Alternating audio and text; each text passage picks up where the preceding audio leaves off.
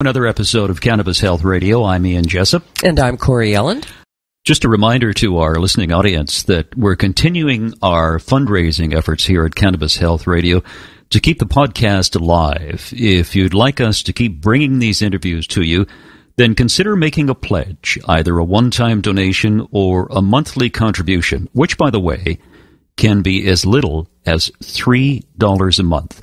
Go to the donate page on our website, cannabishealthradio.com, and help sustain us. We want to help as many people around the world have a better understanding of medical cannabis to help them or someone they care about.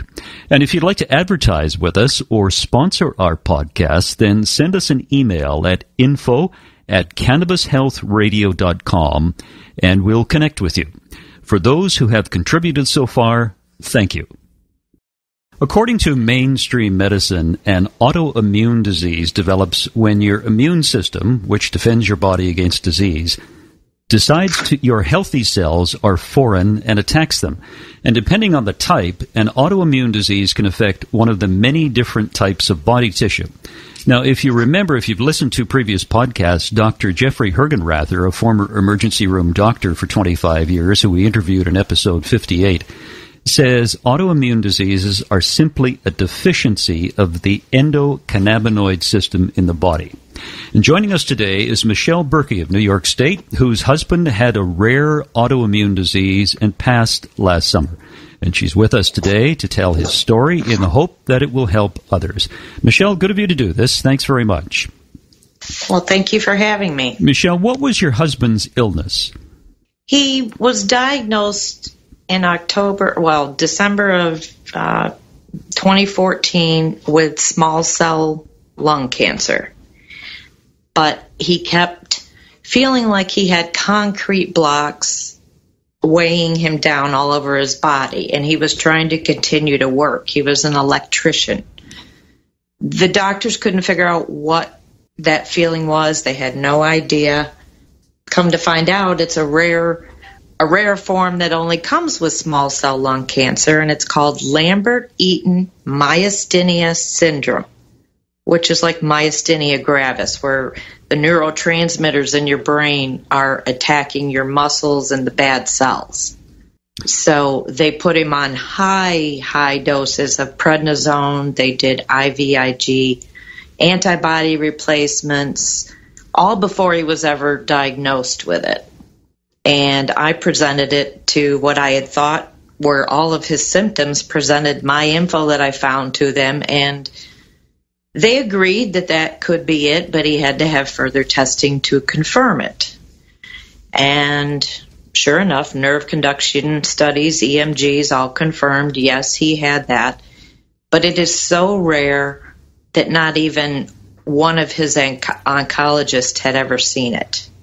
Only 3% of patients with small cell lung cancer get this disease as well. I was reading about it, and the acronym is LEMS, L-E-M-S, yes. Correct? Yeah, correct. And it says it's considered a neurologic disorder, and it has two forms. About half of people have a cancer, the majority of whom have a small cell lung cancer, which mainly happens in people who smoke. The LEMS usually starts after age 50. Mm-hmm. Does that ring a bell with you, with your husband? Yes. He was a 40-year smoker, and he was 56 when he was diagnosed. So that's what initially took him to the doctor, was the feeling of, he couldn't lift his legs, and he was climbing up and down ladders, and this was a man that never got sick, never went to the doctor for anything. So we knew something was wrong. So he's diagnosed with lung cancer, and you researched it further to discover this neurologic disorder. Correct. And how did he deal with it? He really he knew what triggered it, and hot showers would trigger an episode where he would be down for hours, not able to lift an arm, lift a leg. The prednisone and the IVIGs were supposed to help. They were no help at all. That's when we learned more about the medicinal benefits of cannabis. And he thought, well, why not try it and see if it helps? What did he have to lose? So what he did originally, before we had learned about oil, he would just eat it straight, just like it was an apple or something. And sure enough, he would be, after a period of time, he would be able to move his legs. He would say, look, I can move, or I can lift my arm, or I can stand up. Wow. When you said after a period of time, would this be simply hours later? Yeah, just however fast it digested in his body, I guess, and worked. It would take, within like an hour to 2 hours, he was able to move. I mean, and lift a glass of water, or just basic everyday things. It's really troublesome to hear that, because not to hear about the cannabis, but to hear about his disease, because he has two problems. He has the lung cancer, but he also has the autoimmune disease. And that's a bit of a double whammy, isn't it? It really was. And he did not get into the neurologist until 10 months into all the treatments. So his immune system had already been wiped out even more by all the chemo and the radiation. And had I known what I know now, I would not have let him go through all that. What was the chemo like for him? Terrible. Absolutely. They started with cisplatin and carboplatin, etoposide. I mean, extremely painful. He would say that it felt like somebody was beating him with a baseball bat. Oh, God. Is how he described it. Wow. Yeah. So when they told him in April of this year that his tumor was shrinking, which was wonderful, but he would need to continue on chemo until he passed. And he said, no, I won't do it. It's not the quality of life that I can put up with. You mean April of last year, 2016? April 2016, yes. Yeah. Yeah. And then in May, they did another CT scan, showed that the tumor had shrunk. Now, his tumor was only confined in one lung, never spread to any other organs.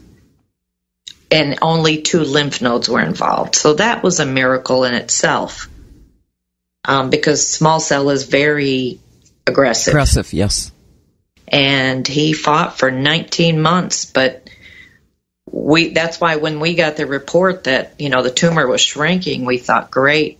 Well, what I didn't know at the time until after he passed, that I guess the high doses of steroids prevent the oil from working properly.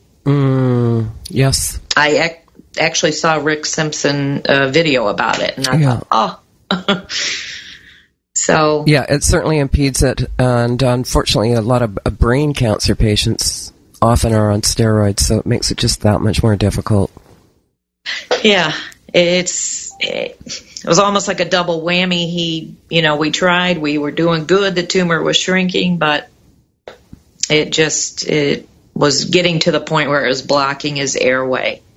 And once he ended up begging me to put him on hospice in the beginning of July. And then I was surprised none of their nurses or caseworkers had heard of Lems either. So they brought out a hospital bed, which, okay, he has lung cancer. You bring out a hospital bed. They tell you to sit him up, raise the bed up so he can breathe. And they have an air mattress that, is vinyl, so he's sliding down. And then they said, well, we'll bring a trapeze out for him. It's like, what don't you understand? He can't use muscles. He can't. Yeah. So it's just I'm determined to educate as many people as I can, whether it's just wrong. terrible. Well, he was dealt a tough card with this LEMS because, as you've mentioned, it's even the medical profession. It is so rare that people in the medical profession are unaware of it, and quite frankly, don't know how to deal with it. No, they don't, and they just know that it's something to do with the immune system, and treat it from there. But that's what I was saying. The oncology people hadn't even looked into maybe what it was. They just assumed, oh, it's his immune system, and just treated him with the IVIGs, which did nothing. The IVIG, can you explain what that is? It's basically like I'm not going to get it correct 100%, but it's something about the antibodies. It's giving you a certain type of antibodies to help rebuild your immune system, I guess. Mm-hmm. I can't explain it. It's very difficult. They just didn't do what they were supposed to. And I've heard other patients say the same thing. Yeah, it sounds like a supplementary medication in order to stimulate the immune system so it will not attack healthy cells. Correct. Is somewhere that right? along that line. Somewhere yes. along that line. Yes, we won't get into the medical. See, your husband, when did he realize that the end was near for him? It was towards the end of June. He kept telling me I'm dying, and I said, no, you're not. But he knew. He knew, and he had stopped the oil. He just said, I don't want to take it anymore. I know I'm dying. And I said, no, we're going to fight. You know, I was continuing. I wasn't giving up. Mm-hmm. But he knew towards the end of June, and he was only on hospice 1 week and passed. Yeah, he probably intuitively just gave up because of the pain, discomfort, and what was happening with him. Yeah, I do feel that's what he did. Because he was, like I said, he was never a sick person. He was very strong. You know, the only thing that really bothers me about him being a smoker, yes, I understand that could be it. But they would not look into any other possibilities of what triggered this because he was a smoker. Not to mention that he'd been around asbestos for years, or at the time when he got sick, he was working in an old penicillin room at Bristol-Myers Squibb. It's almost like there was this predisposed prejudice towards him. Exactly, Corey. Yeah, wow. And that's what shows on his death certificate, and it just infuriates me that they don't hold other options. Yeah, that they didn't look any further. Yeah. Yeah. What does it say on his death certificate? Died from small cell lung cancer due to smoking. Nothing about the autoimmune disease? I don't believe so, no. I'd have to look to be sure, but I don't remember. No, because it does say small cell lung cancer with extensive stage.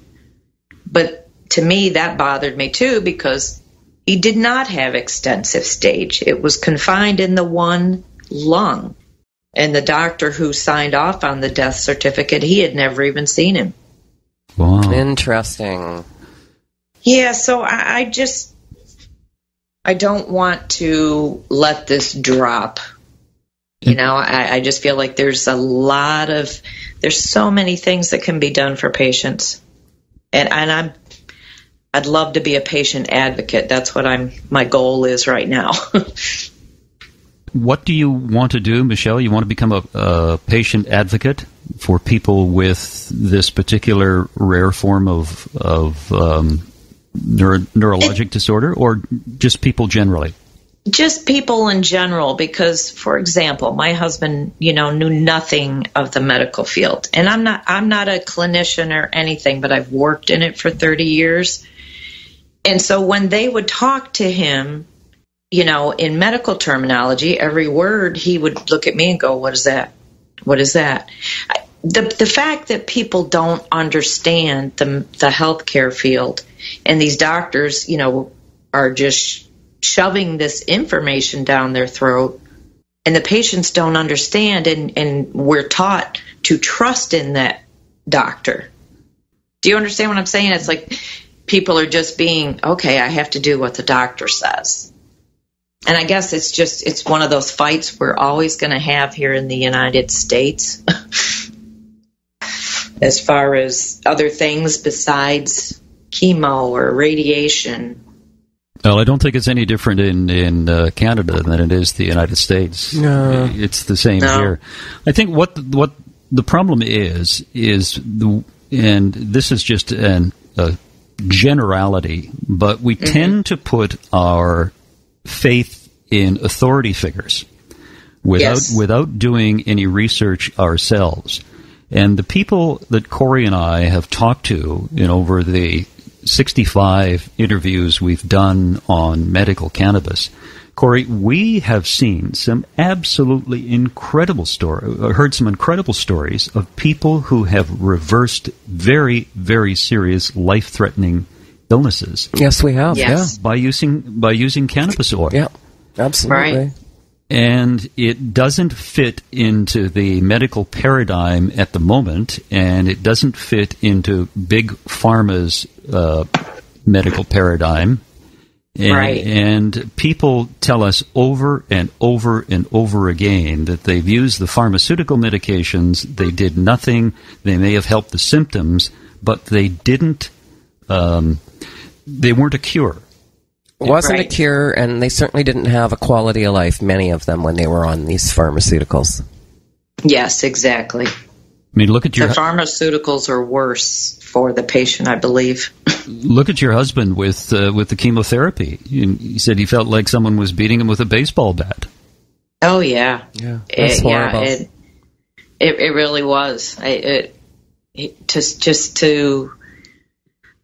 I didn't want him to go through it anymore, and I was glad that he had said no more.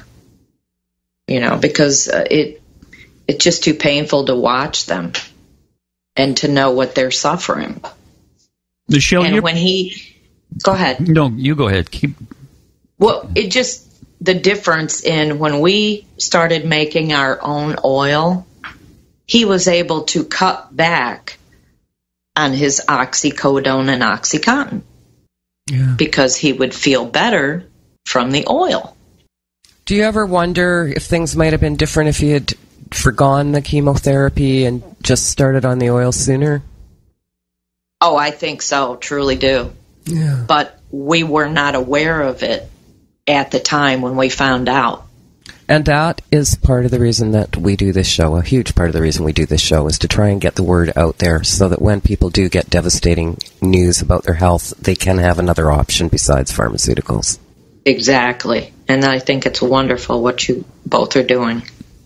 And Corey, you were, Michelle, just before we gave you a call, Corey was on her Facebook page with a young person who had leukemia. Leukemia, and I opened my page, and the first thing I saw is that this child is cancer-free, and this child was on death's door, and I do mean death's door. Wow. With leukemia, and yeah, I'm actually quite emotional about this one right now. It's like, wow, we did it. Yay. So, yay. Yeah. Right. Now, Michelle, you're part of an online group for LEMS, this rare autoimmune disease. Are you aware of any members having tried medical cannabis? No, I am not. I just recently joined that group, so I've just kind of been trying to feel them out first before I say, because I've had so many people block, oh no, not going there. Yeah. No, they're just... They still have the stigma.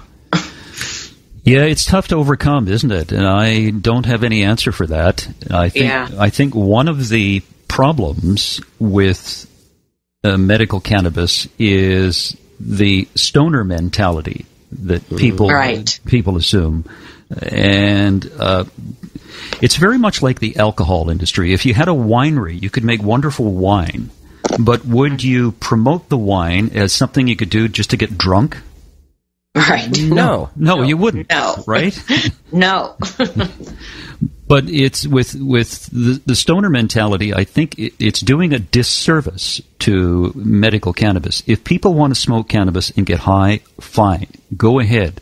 Do it. Right. But there are other aspects to this amazing plant that can help people with their health. After all, it's been used for thousands of years. It's only in the last 80 years that it's been outlawed in many, I guess in most jurisdictions around the world, and that's starting to change. But it has been used for thousands of years for various ailments, and with no problems. Nobody has died from it. Yet somehow the stigma is still there that you're going to end up a crazed drug addict by trying medical cannabis or cannabis generally. And let's not forget about going to hell for it, too. Oh, yeah. Yes. That's right. Yeah. Right. Michelle, do you... I mean, this may be, you don't have to answer this, but do you use medical cannabis for health benefits? I do. Yeah. I'm a diabetic. I have a compromised immune system because I only have part of my pancreas, no spleen. Had quite a bit of issues with past prescriptions. I've had thyroid cancer. So, yes, I do. You only have part of your pancreas? Yes, I had a tumor on it, so they had to remove the tail end of it. So for that reason, I'm diabetic, high blood pressure, all the above that comes with any kind of huge surgery like that. Yeah. And how do you feel pre-cannabis oil, before you started taking it, and how do you feel now? I actually feel very, very good about it. I know I rest better. I don't take it during the day. I also give it to my son, who in 1999 suffered a traumatic brain injury and almost died. So he really gets a lot of benefits from him because he has high anxiety, kind of like a PTSD type issues. I mean, he's deaf in one ear, but the oil has helped him as far as his emotions and his anxiety and all the things that come with traumatic brain injury. Was he on medication, or is he on medication? No, he is not any longer. He used to take Neurontin about 5 familiar. years. Yeah, okay. It's an anti-seizure medicine, and he was on that for a while, but nope, they cleared him, and they say he's good to go. How's this working for your diabetes? I'm just really starting to track it more. I'm not one of those good checkers like I should be. Getting into the habit. I mean, my husband was my main focus for 19 months, so it's like now I have to find me and take care of me. So I'm trying to get better at tracking how things are affecting me, and that's one of them. Yeah, I've known of several people that have been able to get off of their insulin or cut back significantly on medication with diabetes once they start doing the oil. So important to monitor that. Yeah, I really need to because I'm on two different insulins and 3 pills.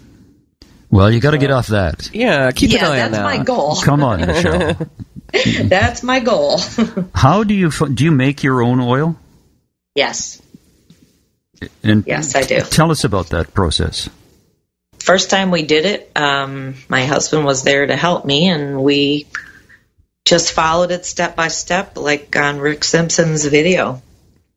And we used the rice cooker to get it down.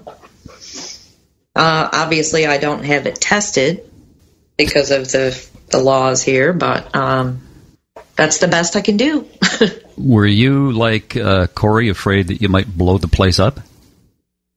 Oh, yes. My husband was paranoid. Me too. Oh, my goodness. We did it in the garage last winter with fans going, and we did it one day before he was admitted for pneumonia. So it was like it quite the ordeal, but he was very cautious. We had a fire extinguisher. We had everything set up. Yeah, it's about being safe, making sure you've got ventilation, proper ventilation. You certainly don't do it inside. You try and have it out in the open, and obviously you don't want to be having a cigarette or make sure nothing sparks. And it's common, a lot of it is common sense, and if you just pay attention and do it exactly how it says, you can be pretty successful. I mean, when I did this, there were no Facebook pages or anybody to turn to find out how to do it. And I'm sure that I didn't have the best quality oil by a country mile, but I'm cancer-free and here today. So, yeah. Yep. Apparently it worked, and you had the right kind. So, Michelle, is your legacy to your husband to help other people through their various ailments using cannabis oil? Yes. Yeah. Yes, it is. That's my mission. I feel like it's my passion right now. Yeah, good for you. It just, to see the difference in him. I wish I had a video of him prior to taking anything. I do have videos of him after he took it, when he'd get up and walk around, and he would always be so proud, like, look, I can do this, or look, I can move my legs. That was an excitement for him. So, yes, it is my mission, and the one thing he asked me to promise him is that I would never have any kind of chemo or radiation, and I promised I never would. Wow, that speaks volumes, doesn't it? Yeah, it does for him, yeah. Yeah. Michelle, do you have a way for people to contact you who would, maybe want to get some support, or, that have in common what your husband had? Can they go to They can contact me just via Facebook. I am friends with you, Corey. Right. But right now, I was going to set up like a separate group type deal, but I have not done that yet. Okay. So trying to do it all correctly. Correctly, right. So can you just spell your name for people who are listening so they know who to punch in on Facebook? Sure. It's Michelle, Michelle. The last name is Berkey, Berkey. Just send me a message. Yeah. Perfect. In Syracuse, New York. Correct. Excellent. Michelle, it was very good of you to do this. We appreciate it. And your husband would be proud of you. Well, I'm going to get the word out there one way or another, and he knows it, and he's helping me. Great. Thank you so much, Michelle. Thanks, Michelle. Well, thank you. Thank you very much. And that's it. Another edition of Cannabis Health Radio. Wherever you are in the world, thanks very much for listening. You've been listening to the Cannabis Health Radio podcast. Visit our website, cannabishealthradio.com, and follow us on Facebook and Twitter.